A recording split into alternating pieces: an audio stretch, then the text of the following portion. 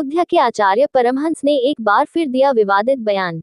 अयोध्या धाम में लोकसभा चुनाव हुए, इसमें सपा की विजय रही अयोध्या में, तो इसमें अयोध्या धाम भी एवं पूरा भारत में अयोध्या सीट पर ही मंथन चल रहा है कि बीजेपी की सीट क्यों नहीं आई, सपा की क्यों आई, क्या कारण है, क्या वजह है। हर जगह चर्चाएं हो रही हैं। भगवान श्री राम की नगरी पर रामराज स्थापित हो गया, लेकिन लोकसभा की सीट बीजेपी के हाथ से क्यों नहीं आ पाई, कैसे निकल गई। कई लोग एवं आमजन भी कर रहे हैं कि अयोध्या सेट में बीजेपी की क्यों नहीं सीट पर कब्जा हुआ, सपा का क्या हुआ। इस पर कुछ लोग टिप्पणी कर रहे हैं, कुछ कैसी भावना दया जागृत कर रहे हैं कि मौके पर एक मंथ अयोध्या धाम से जगत गुरु श्री परमहंस महाराज जी आचार्य जी के वाले शब्दों से क्या बखान कर रहे हैं। श्री आचार्य जी होने क्या कह रहे हैं, क्यों हारी बीजेपी प्रत्याशी को टिकट दिया, क्या कहते हैं। अयोध्या धाम भगवान श्री राम की नगरी है, वहां के महंत आचार्य के आचार्य जी।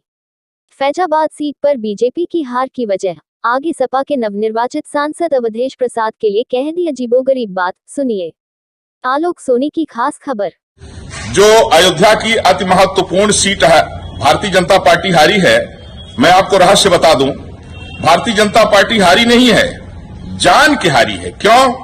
क्योंकि मर्यादा पुरुषोत्तम भगवान श्री राम माता सबरी के जूठे बैर खाए थे, केवट को गले लगाए थे, ये राम राज्य है। तो भारतीय जनता पार्टी ने निर्णय किया कि यहां इंडी गठबंधन ने जिस प्रत्याशी को टिकट दिया है वह दलित समाज से हैं और अत्यंत वयोवृद्ध हैं। तो दलित के सम्मान में, बुजुर्ग के सम्मान में भारतीय जनता पार्टी ने जान करके यह सीट जो है तो अपने लोगों से कह करके कि इस बार जो है तो वोट एक दलित के सम्मान में, एक बुजुर्ग के सम्मान में आप लोग जो है अवधेश प्रसाद को दीजिए, और वो जीत गए।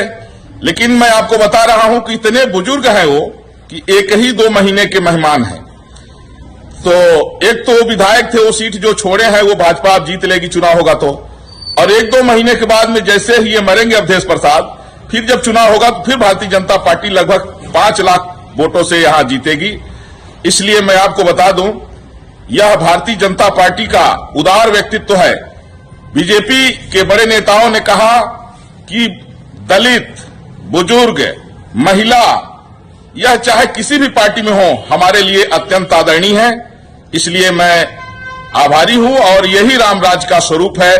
जो लोग नहीं समझ पा रहे हैं वो अयोध्या के प्रति जो है निगेटिव कमेंट कर रहे हैं, लेकिन ये सच्चाई को समझें और ये रामराज की आधारशिला है। वंदे मातरम।